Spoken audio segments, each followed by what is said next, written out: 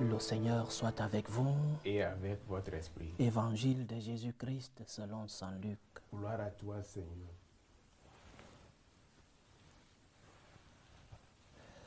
En ce temps-là, il arriva que Jésus, passant à travers villes et villages, proclamait et annonçait la bonne nouvelle du règne de Dieu. Les 12 l'accompagnaient, ainsi que des femmes qui avaient été guéries de maladies et d'esprits mauvais. Marie, appelée Madeleine, de laquelle étaient sortis 7 démons. Jeanne, femme de Cousa, intendant d'Hérode. Suzanne et beaucoup d'autres qui les servaient en prenant dans leurs ressources. Acclamons la parole de Dieu.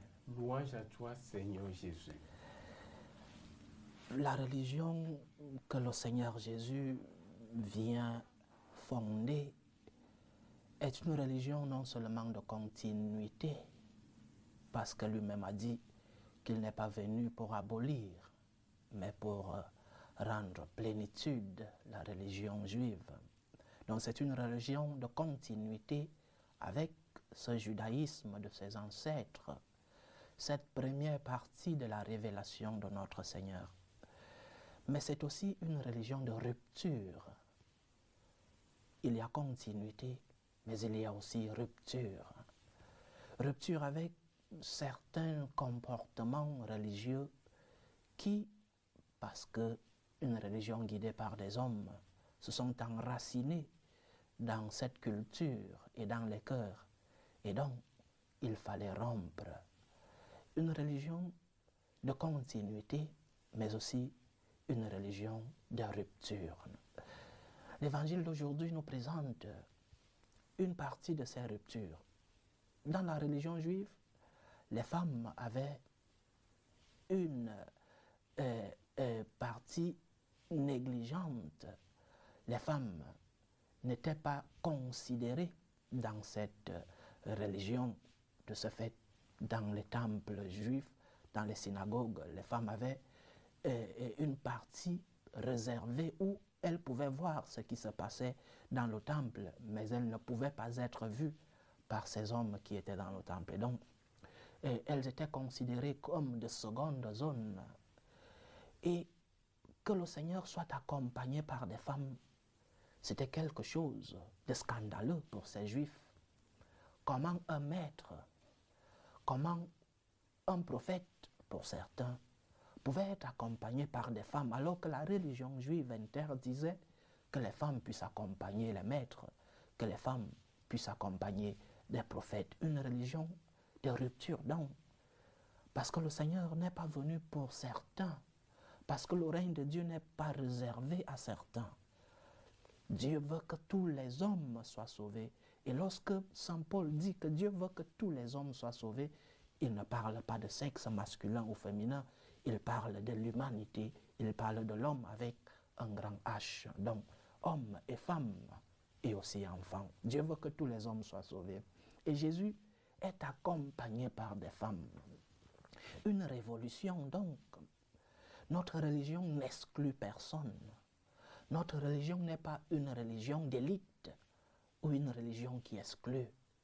Notre religion, parce que Dieu veut que tous les hommes soient sauvés, notre religion est une religion qui ouvre les portes à tout le monde.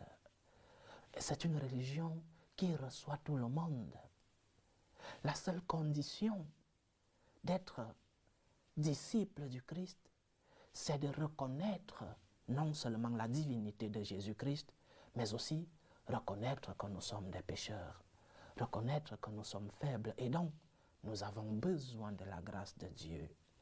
Parce que Dieu veut que tous les hommes soient sauvés et parviennent à la connaissance de la vérité, l'homme devra reconnaître sa dimension de créature qui cherche le Créateur, sa dimension de pécheur qui cherche la grâce de Dieu.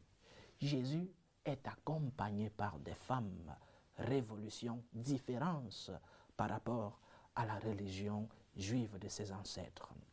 Mais il y a un autre enseignement.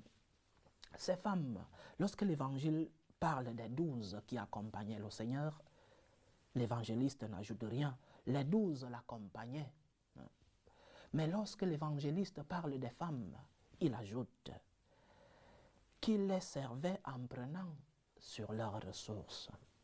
Les femmes qui accompagnaient le Seigneur servaient le Seigneur, mais en prenant sur leurs ressources.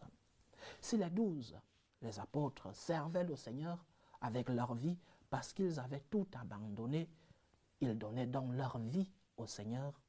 Les femmes qui suivaient Jésus servaient en prenant sur leurs ressources, c'est-à-dire le prix de l'évangélisation. Que faisons-nous pour que la parole de Dieu puisse arriver jusqu'aux extrémités de la terre? Quel est notre apport pour que le nom du Seigneur soit connu? Que faisons-nous pour que Jésus-Christ puisse toucher le cœur de tous ces hommes qui doivent être sauvés et parvenir à la connaissance de la vérité? Il y a un prix que nous devons payer pour que le nom du Seigneur soit connu.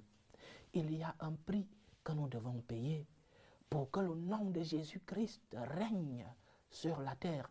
Il y a un prix que nous devons payer pour que Jésus-Christ puisse toucher le cœur de tous les hommes. Ce prix, ces femmes qui accompagnaient le Seigneur étaient conscientes de ce prix à payer. Jésus qui passait de village en village, de ville en ville, avait besoin de la collaboration de celles-là qui l'accompagnaient et qui avaient des biens, qui avaient des ressources, parce qu'on ne peut donner que ce qu'on a. Et quelqu'un dira, moi je n'ai pas. Est-ce vrai que nous n'avons pas? Est-ce vrai que nous ne pouvons rien faire pour l'évangélisation? Est-ce vrai que nous n'avons rien? Je ne le crois pas sincèrement. Je crois que nous pouvons tous donner quelque chose pour que le nom du Seigneur soit connu. Mais pourquoi cette femme donnait-elle ce qu'elle avait pour accompagner le Seigneur dans sa mission? Par reconnaissance, par gratitude, parce qu'elle voulait, après avoir expérimenté l'amour de Dieu, il fallait que les autres fassent la même expérience qu'elle. Parce que Dieu a touché mon cœur, parce que j'ai fait l'expérience de l'amour de Dieu, parce que je vis en Jésus-Christ et le Christ vit en moi et je vois cet amour de Dieu dans ma vie, je ne garde pas cet amour pour moi. Je fais tout pour que le nom du Seigneur soit connu. Je fais tout pour que les autres puissent jouir de la présence du Seigneur, que les autres puissent faire l'expérience comme moi j'ai fait de l'amour de Dieu. C'est ce que nous, les franciscains de Marie, appelons un amour avec des œuvres. J'ai fait l'expérience de l'amour de Dieu. J'ai fait l'expérience de l'amour du Christ dans ma vie.